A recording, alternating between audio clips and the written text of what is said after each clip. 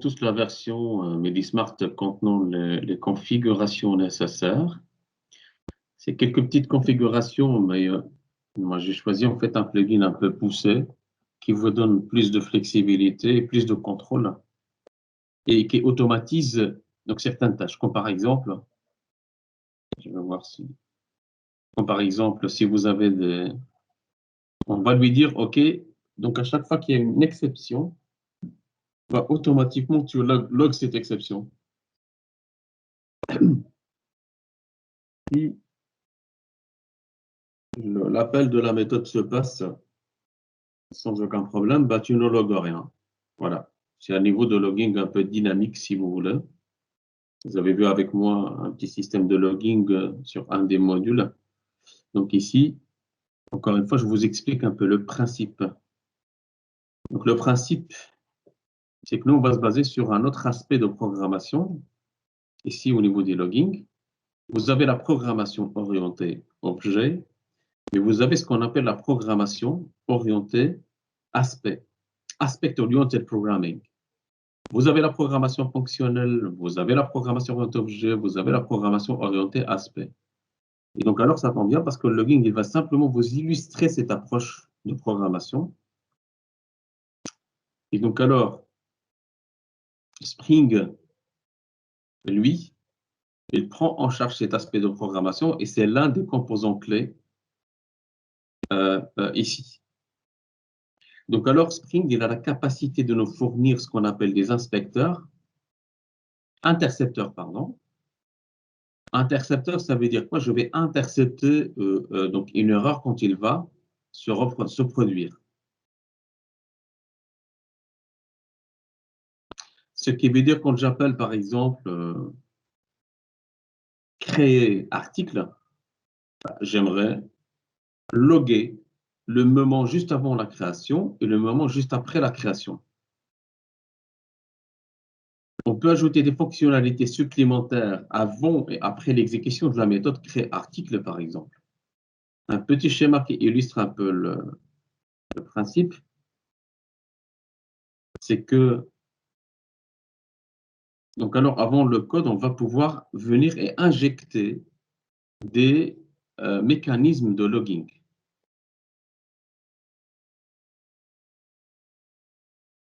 Donc alors Spring Boot, l'objectif ce n'est pas être un pro en AOP, donc Aspect Oriented Programming. L'objectif c'est simplement comprendre le strict minimum pour qu'on puisse en fait faire ce système de logging. Et donc il est assez facile de faire fonctionner l'AOP grâce à Spring Boot. Et donc alors de le configurer grâce à Spring Boot. Et ici, on va utiliser le système de logging, comme je vous expliquais, une application professionnelle, Enterprise, doit obligatoirement avoir un système de logging. Donc, nous, ce qu'on va faire pour illustrer cela, c'est qu'on va enregistrer l'entrée et la sortie lors d'un appel d'une méthode, le moment où cette méthode a été exécutée. Donc, l'avant, le pendant et le après. Voici notre GPS. On passe des concepts à simple logging façade pour Java. Nous, ce qu'on va faire, on va utiliser un plugin encore plus intéressant que Log4j. Je pense qu'il y a même Log4j pour des applications .NET, Nicolas Seters. Il y a le SLF, donc 4j. Et ça, c'est l'abréviation de quoi? De Simple Logging Facade for Java. Simple Logging Facade for Java agit en fait comme une façade pour différents frameworks de logging.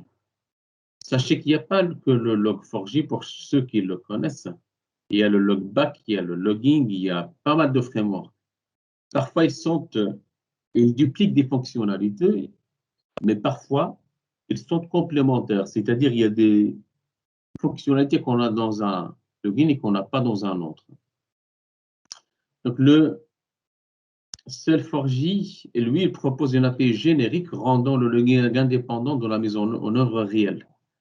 Souvenez-vous avec le GPA et le Hibernate, c'est que Java, ils ont mis en place une interface, donc une interface GPA. Et cette interface, en fait, est implémentée par des ORM, entre autres, le Hibernate. C'est dans le cours, il y a un slide qui parle sur ça. Eh bien, c'est un peu le même principe.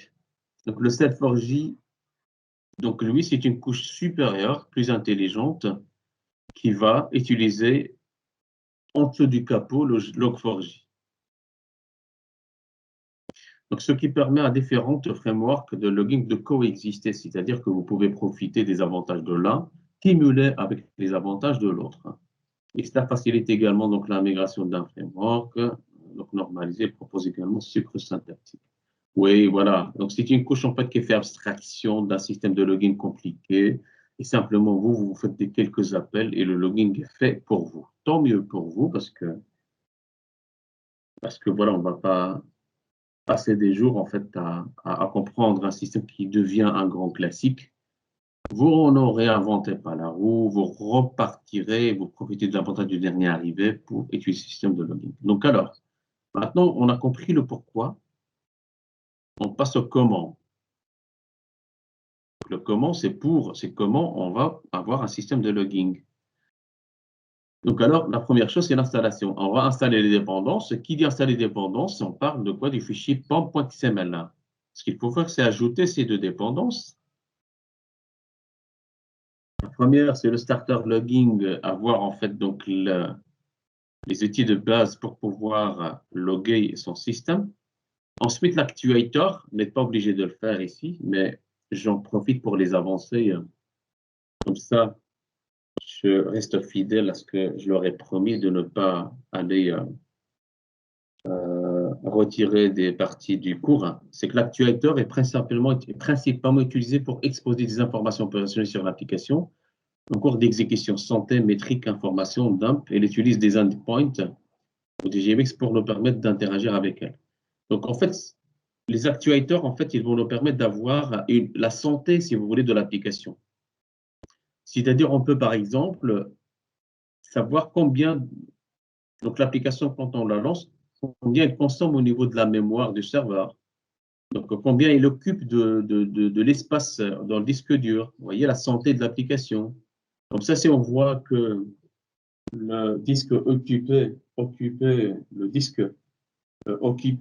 je vais dire, par cette application augmente d'une manière anormale, eh bien, ben, on va recevoir une notification. Vous voyez? C'est un niveau un peu plus poussé, mais là, on est loin de là. Mais je l'ai laissé ici à titre informatif. Donc, alors, la démonstration Medismart Logging. Donc, première chose à voir, c'est de dépendance, surtout celle-là. Je vais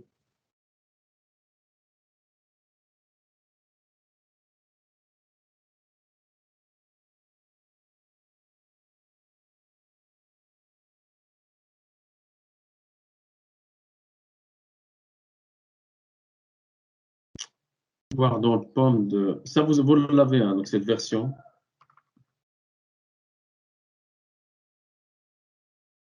Donc, vous avez bien les dépendances ici. Je ne l'ai pas d'ailleurs ici l'actuateur, mais ce n'est pas grave.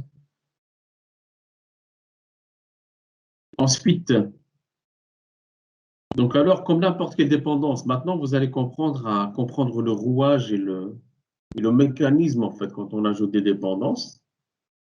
Après, il va falloir configurer cette dépendance. Comme les Cubase, on a dû utiliser un fichier XML. À Hibernate, on a dû utiliser des annotations. Ici, dans le logging, on va revenir sur un fichier XML. Ça s'appelle le logback-spring.xml. Et alors, pourquoi un fichier config ici? Simplement parce que quand on va loguer, il y en a qui vont se dire, OK, moi, j'aimerais simplement afficher les erreurs dans une console. L'autre, il va dire, non, moi, je vais installer l'application chez un client, mais j'aimerais de temps à autre aller récupérer le fichier log pour aller voir comment le client se comporte avec l'application. Ou bien pour développer toute une interface, comme je vous ai montré une fois, hein, si vous vous souvenez là, auditing, quand je clique sur auditing, ben, vous avez ce fichier log, moi je le charge côté client. Et j'y accède à partir d'une interface web. Donc alors, ce qu'il faut voir, c'est ça, c'est le log back-spring.xml, ce qui va nous permettre de dire, OK, moi j'aimerais loguer dans un fichier plat, c'est-à-dire .txt. Ce fichier plat, à chaque fois qu'il atteint 500 kilooctets, eh bien, recréer le fichier suivant.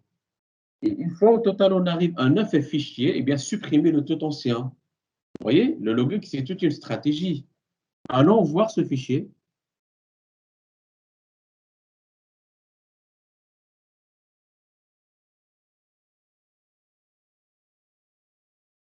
Je ne vais pas le voir parce que c'est un fichier XML avec cette manière de faire. Je vais aller le voir manuellement. Donc, ce fichier se situe où? Il se situe dans le dossier Resources.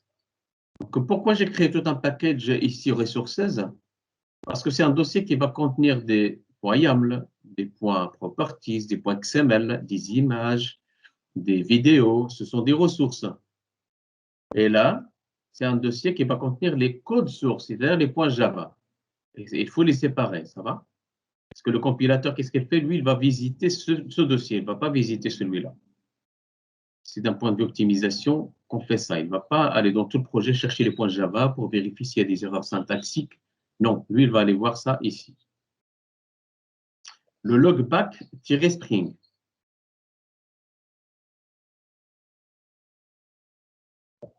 Et dans le logback-spring,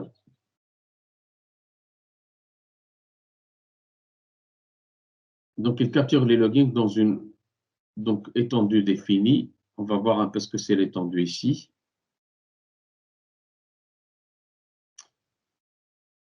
Donc alors, c'est un système de configuration très intéressant parce qu'il vous donne un niveau de contrôle avec une granularité plus basse, c'est-à-dire que vos logs, d'abord, vous allez pouvoir les supprimer, les enregistrer. Appender, ça veut dire quoi?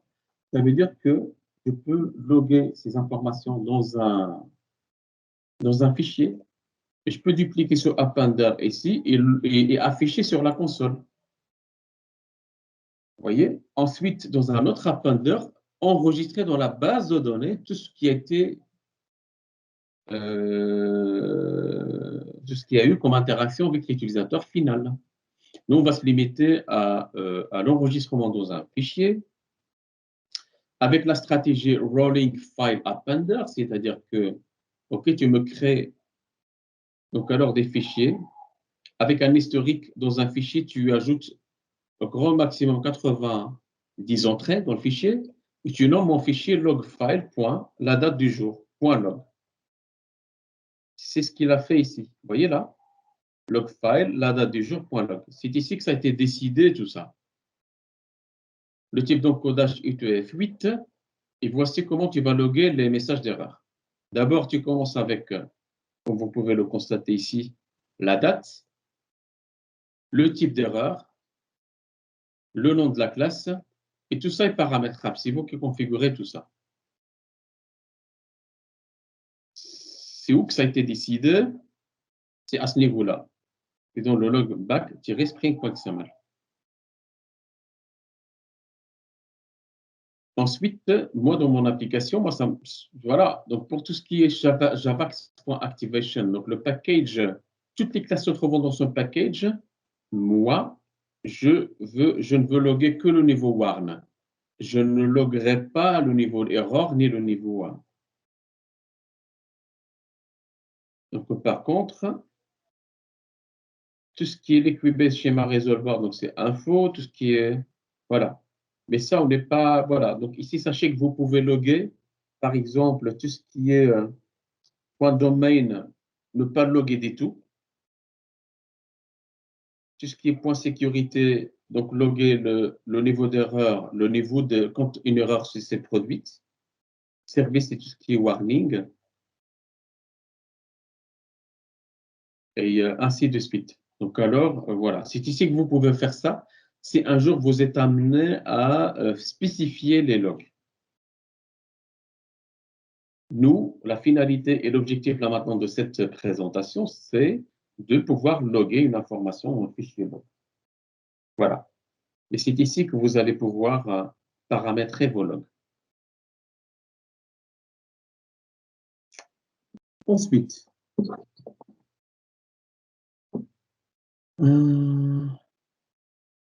donc là, j'explique un peu tout ça. Donc, c'est ce que je viens d'expliquer. Quand on ajoute ce code, les logs vont être redirigés vers un fichier plat. .log. Ce fichier va être créé à la racine du projet. Ben oui. C'est à la racine du projet que ces fichiers sont créés. Ensuite, ce fichier-là doit être utilisable à partir du code, comme on l'avait fait. Hein. Donc, souvenez-vous, avec le système de profil, hein, Gladys, tu m'avais posé la question sur YAML le config.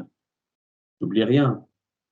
Donc, YAML le config, bah, c'est le même principe. À force de revoir des dépendances et des fonctionnalités que vous ajoutez dans vos applications, vous allez comprendre le truc. Après, vous allez voir que ça va vraiment se calmer. Donc, cet effort que vous faites, après, ça va un peu se stabiliser. Donc, alors, ici, il y a une classe qui s'appelle logging aspect configuration.java. Et cette classe, on va la mettre où? On va la mettre ici, dans ce package config. Vous voyez comment on organise son code? Ce package, je l'ai créé parce que vous l'avez alimenté, vous êtes en train de l'alimenter et vous l'alimenterez dans le futur. Bien sûr, quand vous serez en poste. Ce serait bien de tout regrouper ici. Parce que si je tape les 160 fichiers qu'on a créés jusqu'à maintenant dans un seul package, c'est juste pas possible la maintenabilité. OK. Donc alors, qu'est-ce qu'il va faire cette classe? Donc cette classe, avec la notation enable aspect G autoproxy, donc à votre classe de configuration, il va permettre de prendre en charge le traitement des composants, donc en notation aspect. Je m'explique. Le fait d'ajouter cette classe, en fait, avec cette annotation, va simplement dire aux classes avec la notation aspect donc qu'elles soient prises en charge par le système de logging. Donc alors, ici, vous n'avez que deux fichiers. Vous avez un fichier XML en tout, c'est celui-là. Vous voyez, vous avez ce fichier de config qu'il faut ajouter pour activer le système de logging dans votre application. Et le troisième fichier, c'est celui-là. Donc, souvenez-vous, donc trois fichiers, d'un fichier XML et deux fichiers Java. Celui-là pour l'activation, celui-là pour la configuration. Le troisième, donc alors on avait dit que c'est le logging aspect Java. Donc là, je passe, donc ici logging aspect Java, logging aspect.java. Donc le logging aspect Java, qu'est-ce qu'il va faire lui? Quant à lui, donc lui, son but et son objectif, c'est pouvoir spécifier les logs automatiques. Comme je vous expliquais tout à l'heure, c'est très très fort. C'est quand même très fort. Ce fichier va nous permettre de venir griffer ou bien de loguer automatiquement, de créer des entrées log quand une exception est levée. OK, ça c'est le pourquoi. Maintenant, comment? En créant des points de jonction particulières ici, on va utiliser ce qu'on appelle des actions. Et ces actions, c'est ce qu'on appelle advice dans le jargon login. Et ces actions peuvent contenir donc ce qu'on appelle des around, before et after. Around, before et after, c'est pour dire que soit alors tu crées une entrée dans mon système de log avant l'entrée dans la méthode. Si je spécifie after, c'est après avoir quitté l'exécution d'une méthode. Et around, c'est avant et après.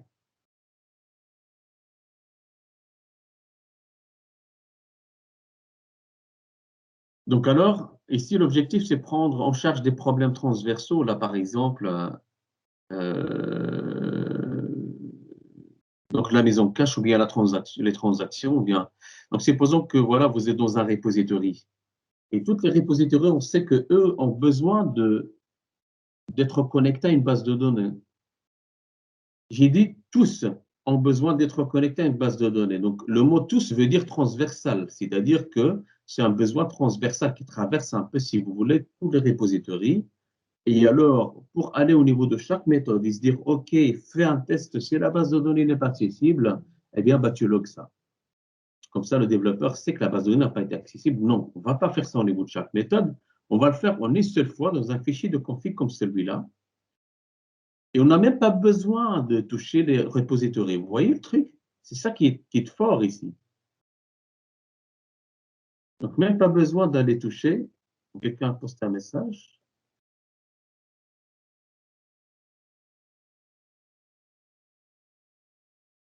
De 14 à 15. Ça va, OK. Tu préviens simplement le... C'est pour ton assurance à Nicolas que je fais ça.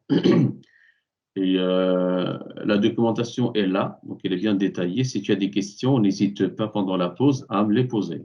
Voilà. Donc alors, voici ce fichier. Je vais le décortiquer. C'est celui-là. On va faire une petite anatomie de ce fichier. Rassurez-vous, ce que vous voyez là, c'est un niveau avancé du log. Moi, je l'ai mis ici parce que j'aimerais quand même que vous ayez une vision générale, overview, sur ça. Mais ce que j'attends de vous, c'est simplement faire un log et loguer dans un fichier. Ça va? Donc, ce que vous voyez là, voilà. Donc, c'est un niveau avancé. Sachez que c'est faisable et que vous pouvez le faire. Et donc, alors, si à un moment donné, vous voulez vraiment avoir ce contrôle bien fait, et là, vous avez un point sur lequel vous pouvez rebondir pour pouvoir, voilà, pour pouvoir faire ça. Donc, alors, ici, le aspect que vous voyez là va me permettre de prendre en charge cette classe quand je vais loguer des informations grâce à cette configuration que j'ai ici.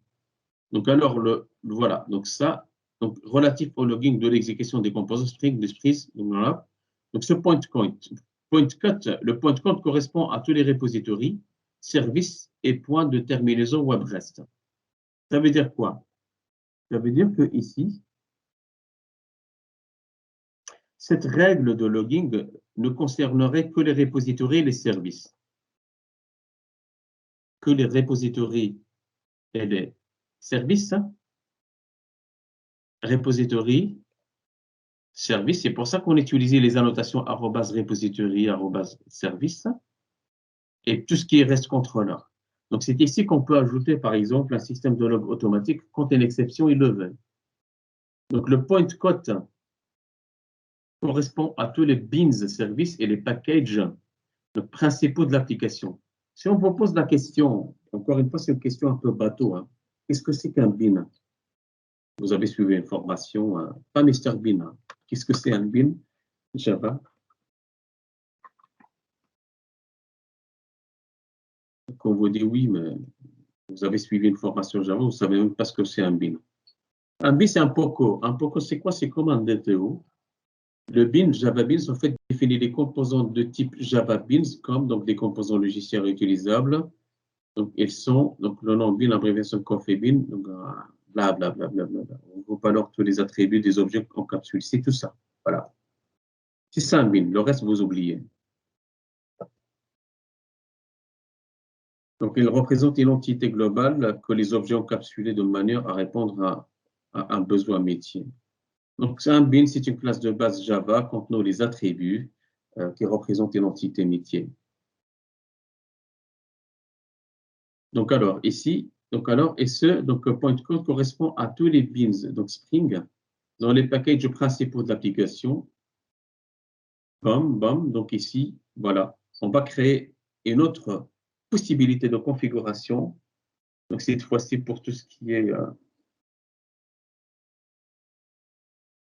donc dans les packages principaux, voilà. Donc, tous les bins, donc toutes les entités, toutes donc les DTO.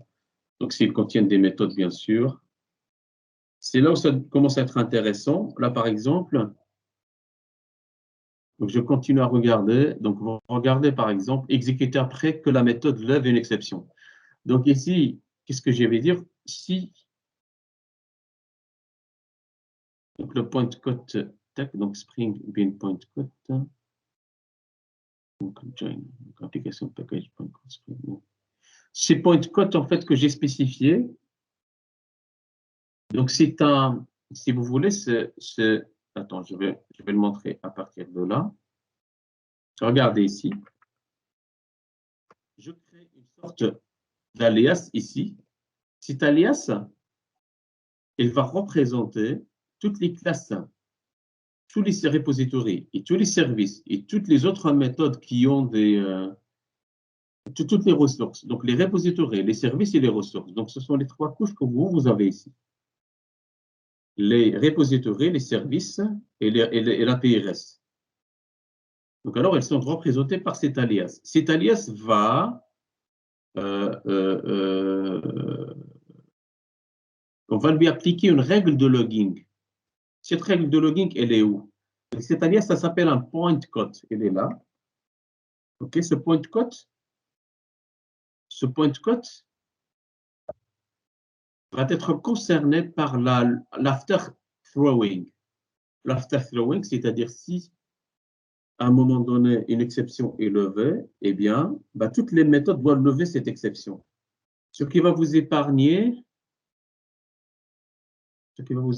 par exemple, le fait d'aller dans chaque méthode de tous les services et se dire, oui, ici, try catch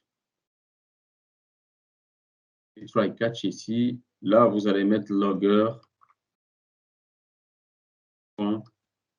erreur, par exemple, vous voyez, et mettre ça dans toutes les méthodes. Vous imaginez comment votre code va être? Il va être verbeux, donc pour une chose qu'on peut faire grâce à la programmation orientée aspect. C'est une règle que vous implémentez une seule fois dans ce qu'on appelle les point codes, et là, votre code, vous le laissez comme ça. Et chaque fois que vous avez une exception, l'exception va être loguée dans votre fichier de log. Donc, alors, vous voyez un petit peu la mécanique, le rouage interne, le mécanisme. J'étais où? Ici. Donc, alors, pour toutes les classes, donc, se trouvant là et là, dans ces deux points de code, tu appliques cette règle. Donc, la règle est la suivante, c'est que si mon application est paramétrée sur le profil development, là, vous voyez le quatrième fichier que vous devez ajouter si vous ne l'avez pas, c'est celui-là. Simplement, je vais créer donc alors des constantes ici. Si je suis sur le profil dev, pas sur le profil test ni sur le profil prod. Et comment je vais savoir que je suis sur le profil dev? C'est ce qu'on a spécifié.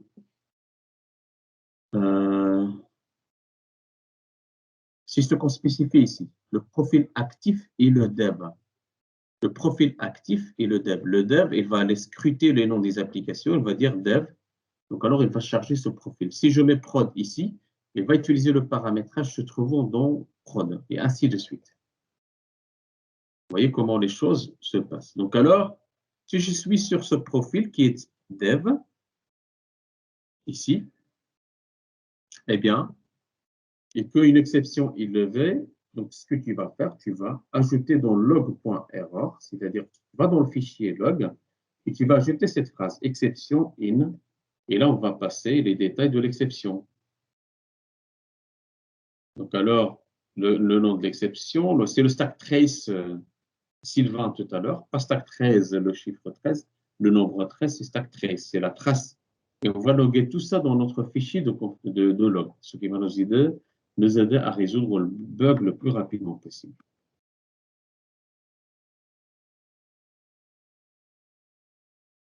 Donc, exécuter après que la méthode lève une exception, voilà ce que je viens d'expliquer. Donc, les méthodes annotées par le around sont exécutées avant et après toutes les méthodes correspondant à l'expression point code. Le code, c'est celui-là. Donc, around, voilà. Is debug enabled? Si le debug est enablé, on va ajouter des informations de debug.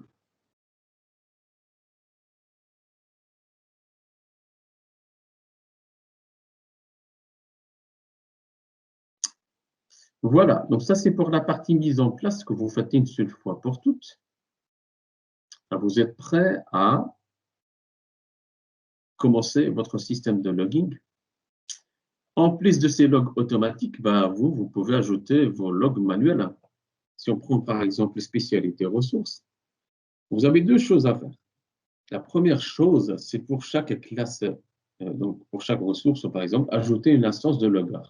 Je répète, vous avez la possibilité de faire des logs automatiques, Cela n'empêche pas le fait d'ajouter des logs manuels, comme par exemple ici.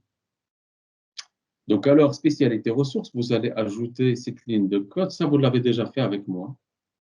Donc, logger, log est égal à logger, factory.getLogger. Vous passez, donc, spécialité ressources, point classe comme ça, lui.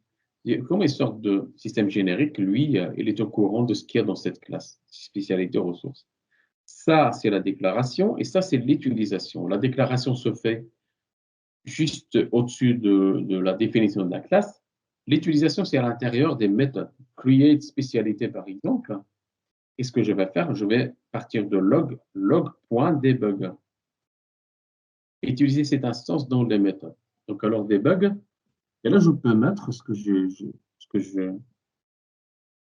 peux mettre. Donc là, je peux mettre donc, ce que je veux mettre comme information dans mon login, le système de logging.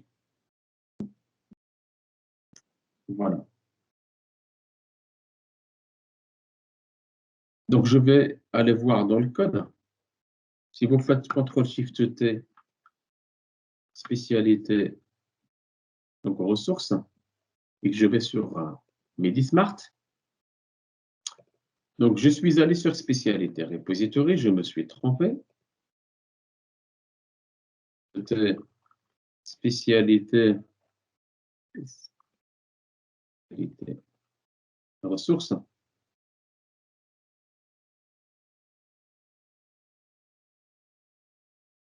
Donc, je déclare mon système de logging et je l'utilise. Ici, par exemple, qu'est-ce que je mets? Log.debug, rest request to save spécialité. Donc, alors, si je crée une spécialité ici, donc dans mon fichier de log, je vais voir cette phrase à un moment donné. Rest request to save spécialité. Avec les données de l'objet, c'est ce qu'on va faire. Hop.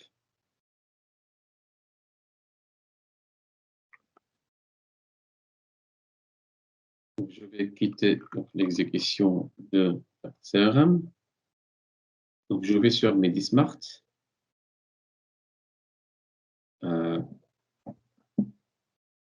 Donc, je vais sur MediSmart.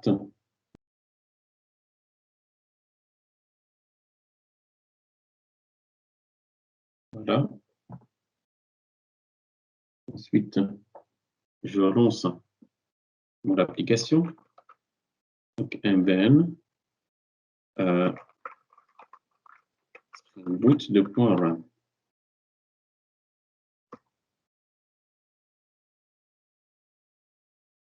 Voilà. Je lance mon application.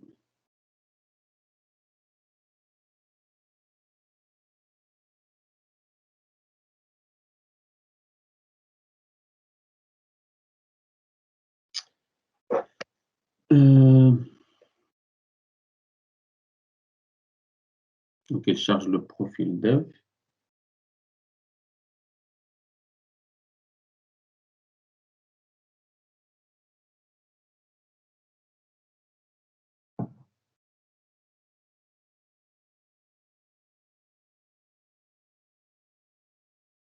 OK, donc c'est lancé. Donc maintenant, ce qu'on va faire, on va tester notre application. On va ajouter quoi? On va ajouter spécialité. Donc, je vais voir le localhost. Je vais le faire à partir de Postman. Donc, authentication, tac.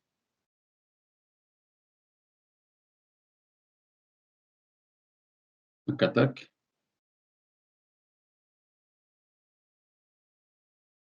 Donc, qu'est-ce qui se passe ici?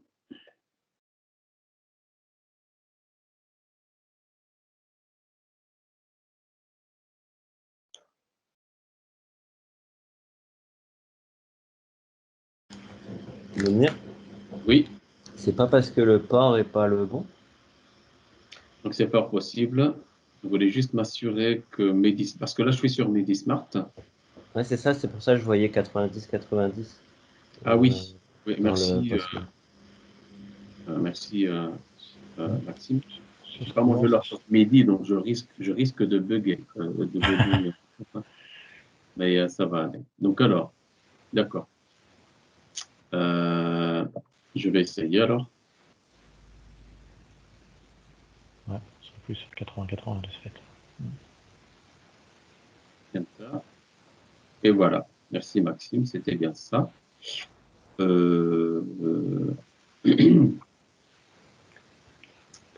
Donc alors, ensuite, créer une spécialité revient à spécifier, fixer le poste. À force de répéter, vous voyez, à un moment donné, vous allez être à l'aise. Hein. Donc alors, poste, spécialité. Donc, ici, body, j'envoie la spécialité 1507 et j'envoie la description 1507. Row, JSON, sent. Created, je vais voir. Tac. Donc, il m'a généré l'identifiant 10, il me la retourne. Ensuite, je vais voir sur, donc dans ma base de données, parcourir la spécialité. Donc, c'est une spécialité qu'il ne fallait pas mettre parce que quand on l'a publié, il y avait des médecins qui ont postulé. Après, on leur a dit, écoutez, ça ne fait pas partie de nos compétences. Les médecins ont râlé et donc alors, c'est qui le coupable? C'est quand que ça a été fait, cette... Eh bien, ben, Medismart.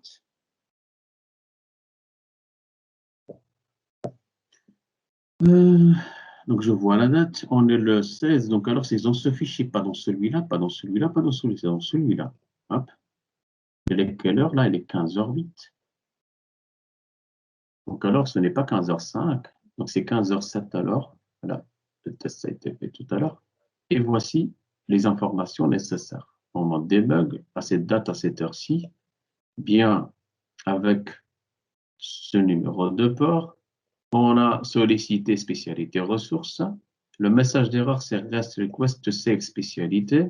Eh bien, voici l'objet que j'ai envoyé à la base de données et voici le nom et voici la description.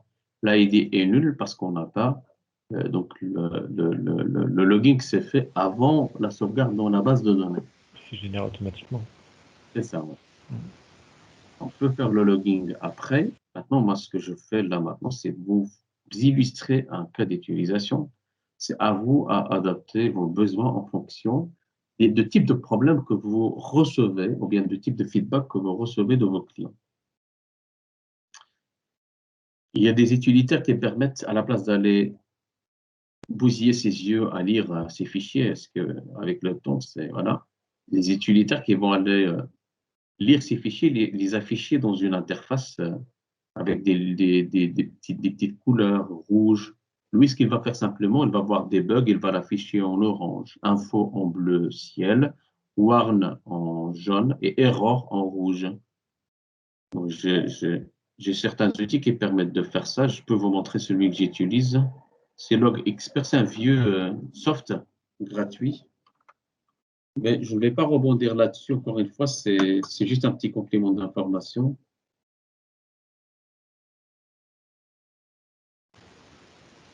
C'est quand même intéressant d'en connaître plusieurs, quoi. Oui, vous pouvez trouver pas mal de...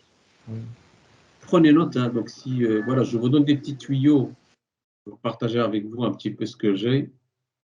Si je n'ai pas le temps de faire cette démonstration, c'est parce qu'il y a une chose qui est plus importante à vous montrer que de passer mon temps à vous montrer un utilisateur que vous pouvez découvrir après la formation.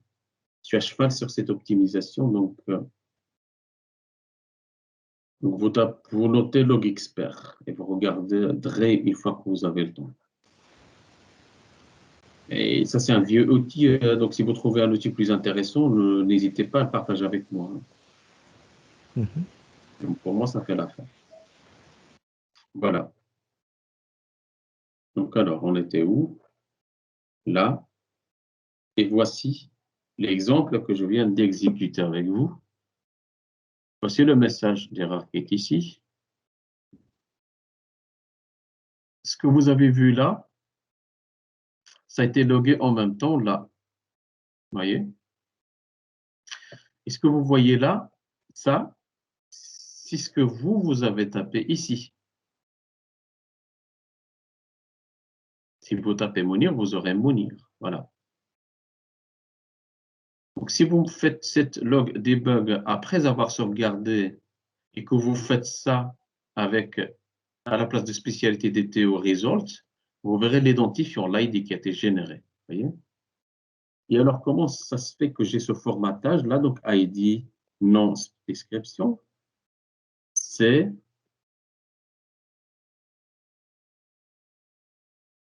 le toString que vous avez généré ici. Vous voyez comment vous avez le contrôle sur tout? Vous voyez? Donc, les choses commencent à se lier, commencent à lier les concepts. Voilà, les logs sont soit affichés dans la console, soit redirigés vers un fichier plat.